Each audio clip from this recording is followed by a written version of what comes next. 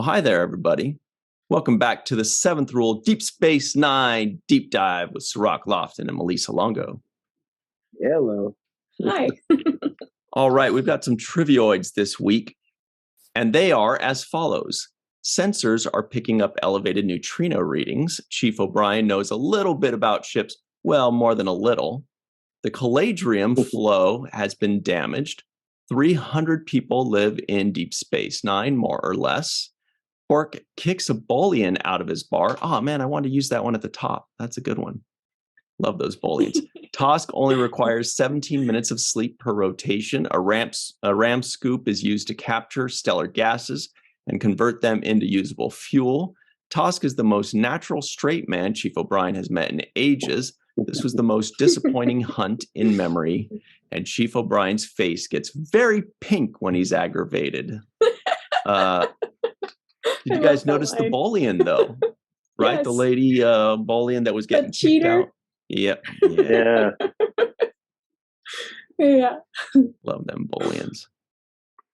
So here are a couple things that I had never noticed before, because that's what this is all about, is jumping on things that kind of new to us.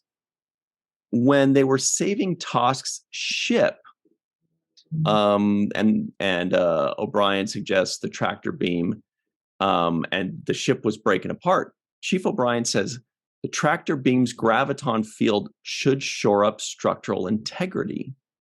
And I thought that's something I had not heard before, or I'd forgotten, is that a tractor beam can also keep it together. The ship's falling apart, and the tractor beam doesn't just pull it, it's actually like keeping it, holding it together. So that was kind of interesting. I don't know if you guys noticed that. Yeah, I've got a tractor beam keeping me together presently, so it's an amazing thing.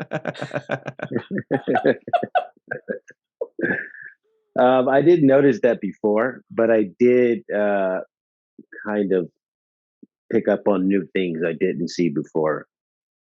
I was gonna, like, for me, right from the beginning, the lady who was complaining to Sisko about being sexually harassed by Quark.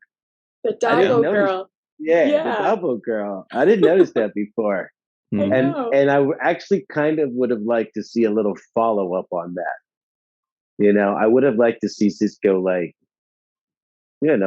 put some accountability, fact check on that, and double check on what's going on, and basically set Quark straight on what the rules are going to be. And, as far as harassing people sexually on my station, I thought that would have been a good scene to see, because he was pissed off and he was like, no, I see what the contract says, but we're not going to put that in the contract. So I actually thought that was an interesting thing to start off on. Because you didn't hear about sexual harassment claims in the workplace as much as you do, in since that point. Mm-hmm. It was a kind of not a big thing as much as it has become today about workplace etiquette and, sexual harassment. I thought addressing that at this point in time, season 1, it was great that they touched on it. I would have liked to see follow-up. Mm-hmm. Well, yeah, especially 1993. Yeah. Yeah. It wasn't. It felt like it could have been its own B story. Yeah. Or it could have been its own. Yeah. Yeah. Definitely. I wonder if they considered it. I wonder if it was going to be, or if it was just, at the beginning of every episode, what Deep Space Nine, always does best is the episode opens up on a little slice of life.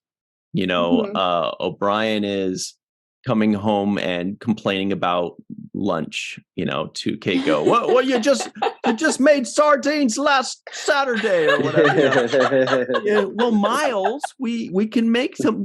I want herring. I prefer herring, or and then Miles O'Brien, Chief O'Brien to ops. We need you for, or whatever. Or Quark is the replicators aren't working. So that's I guess it was just they needed a little slice of life thing.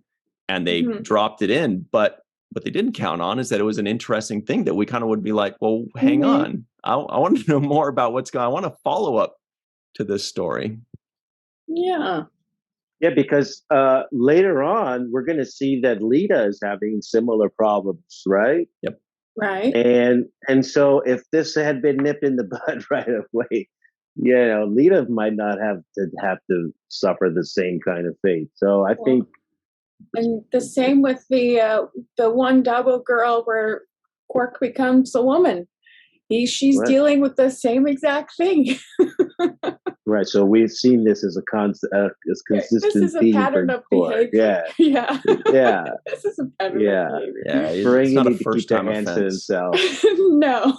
Hey, another Yeah. thing was that they mentioned Deep Space Nine, 300 people lived there. And for some reason, in my mind, I always remember it being 5,000 people in there. Did it grow later on? Am I wrong? Was it this just grew. because it was the first few episodes? So, like, people are just slowly moving in. It's only the fifth episode. But when they said 300, I was like, I remember it being 5,000. So I think it just means that, eventually it just kind of grew and people moved in. Right. That caught me off guard too, the 300 approximately. But I figured it's because, they're still rebuilding the station after they've moved in. So, and all of the Cardassians and probably Bajorans that have moved off the station since it was so run down. Interesting. So I actually just looked it Yeah. up, which is probably something I should have done an hour ago. But I just Googled it, and it says there are normally about 300 permanent residents of the station, though the station can accommodate up to 7,000.